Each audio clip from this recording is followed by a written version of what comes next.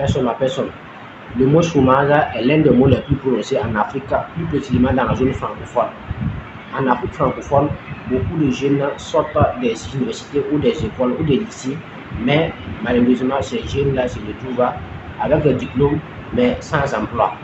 Dans cette vidéo, je vais te partager 3 business, toi en tant qu'étudiant, que tu peux lancer à partir de rien.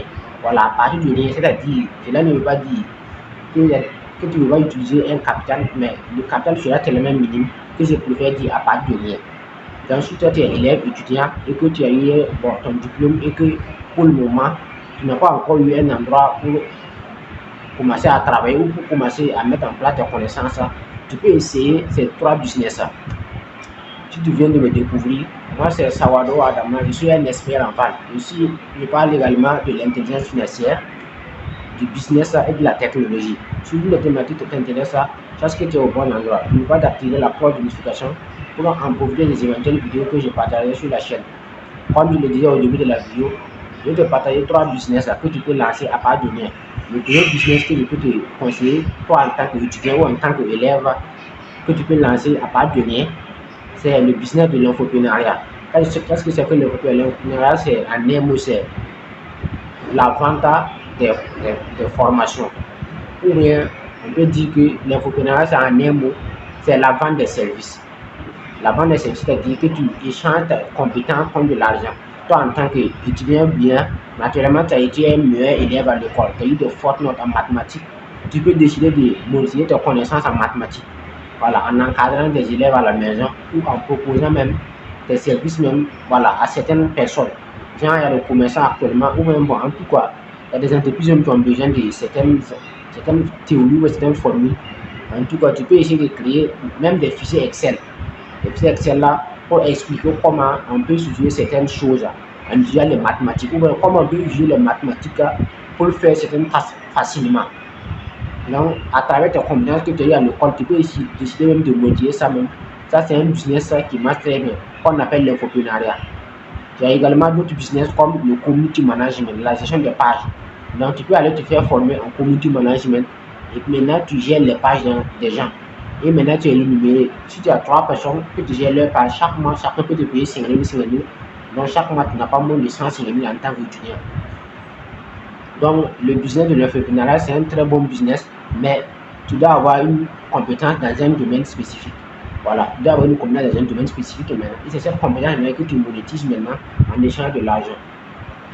Donc, le deuxième business que je te partage dans cette vidéo, c'est le business de l'affiliation. Qu'est-ce que c'est que l'affiliation? L'affiliation, c'est le fait de mettre en relation entre quelqu'un en échange d'un produit. C'est-à-dire que tu pars au marché, tu vois un commerçant, tu prends ses produits et tu pars le vendre, tu enlèves tes parts et après maintenant tu pars, tu lui le mets. L'affiliation, c'est le fait d'être un intermédiaire entre un produit et le propriétaire. Tu peux aller au marché si seulement si tu connais la personne, ou bien tu peux connaître quelqu'un qui connaît la personne. Donc cette personne maintenant sera maintenant un gars et puis tu vas prendre les produits, aller vendre et tu vas allier ton bénéfice et aller le mettre. Nous tous, on a fait ce genre de business. Moi personnellement, j'ai été vendeur ambulant de 2014 à 2025 où je te parle. Moi j'ai fait 11 ans dans la vente ambulante. Donc il y a eu des produits que nous on a allé prendre sur quelqu'un, vendre et aller notre bénéfice et aller nous mettre le capital. Tu peux faire ça aussi. Même il y a certains produits que tu n'as pas besoin d'avoir ça physiquement. Voilà, tu peux faire ça, c'est de l'affiliation. Donc, ce qui peut te permettre de générer de l'argent, voilà, en tout cas, de façon, même pas de façon régulière, mais au moins de temps en temps, tu peux avoir de l'argent qui rentre. Si seulement tu as certaines compétences en vente seulement, certains produits que tu peux vendre, même les motos, bon, même certaines voitures. Voilà, si seulement tu maîtrises, si tu as les compétences en vente et en marketing, même les voitures tu peux vendre. Même ceux qui vendent les voitures, ils n'ont pas de voiture. Même les motos, si tu vas partir au niveau de la stade municipale, ceux qui vendent les motos, même, ce n'est pas eux-mêmes les propriétaires. Voilà, ce sont les intermédiaires.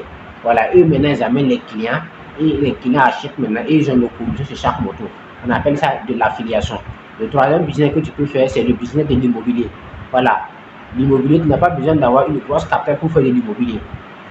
Par exemple, l'immobilier, il y a plusieurs types d'immobilier. Il y a la vente des terrains, il y a le loyer, il y a LTC, c'est-à-dire la location pour durée.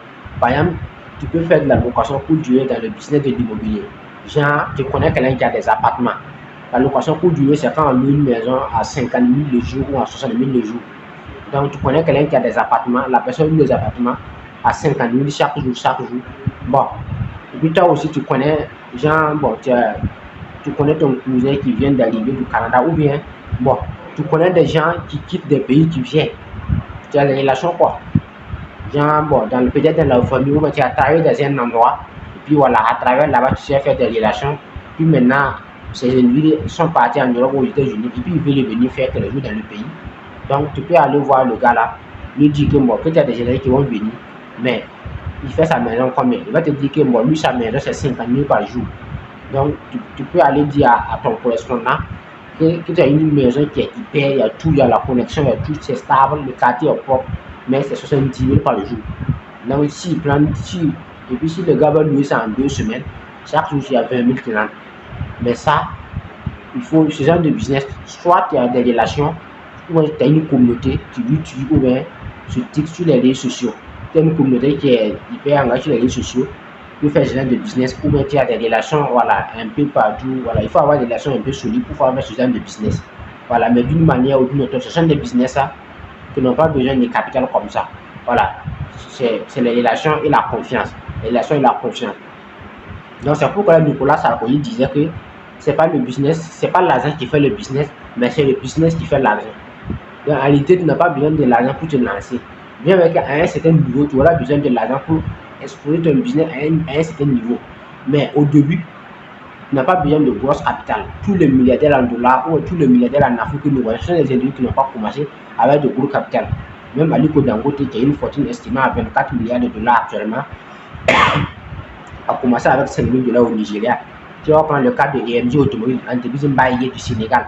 Monsieur Gay a commencé avec 60 000 francs à l'époque. Même si on va prendre le cas de Mohamedi Bonkourou, le président de groupe Ouma, tu vas prendre le cas également de Apollinaire Compaoré, le président de Télécel Faso, les Idissa Nassa, les Bertin Tchofo, les Mouyadek Bali Bélé, Azalaï Hotel. Tous ces individus, tu vas te rendre compte qu'à un certain niveau, à un certain moment de leur vie, ils ont commencé avec du petit capital.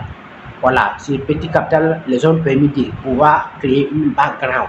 Et c'est ce background que j'utilise maintenant pour aller à une étape supérieure.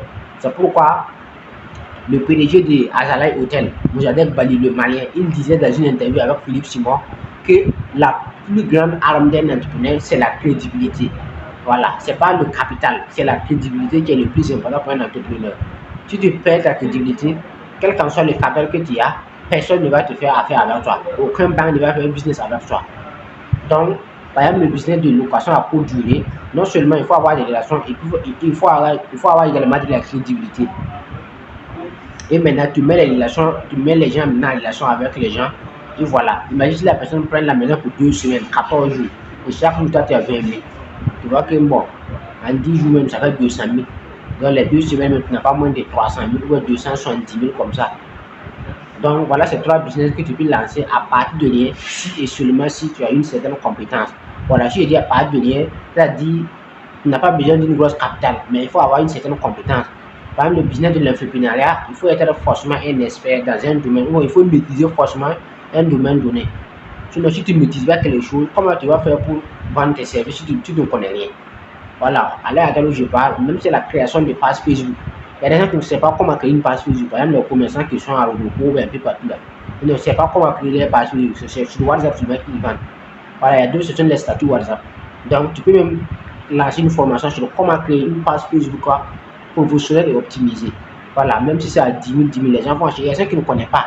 Donc, dans le cas que la page m'a été mal paramétrée, au niveau de la campagne, la personne ne va pas forcément faire les bonnes campagnes ou même la campagne optimisée, puisqu'il a raté même la base qui est la création de la page. Donc, ça même c'est déjà une bonne niche même que toi, en tant qu'élève, tu peux te positionner. Donc, c'était Adama Soro, comme toujours, si vous voulez, il connaît sur le chemin.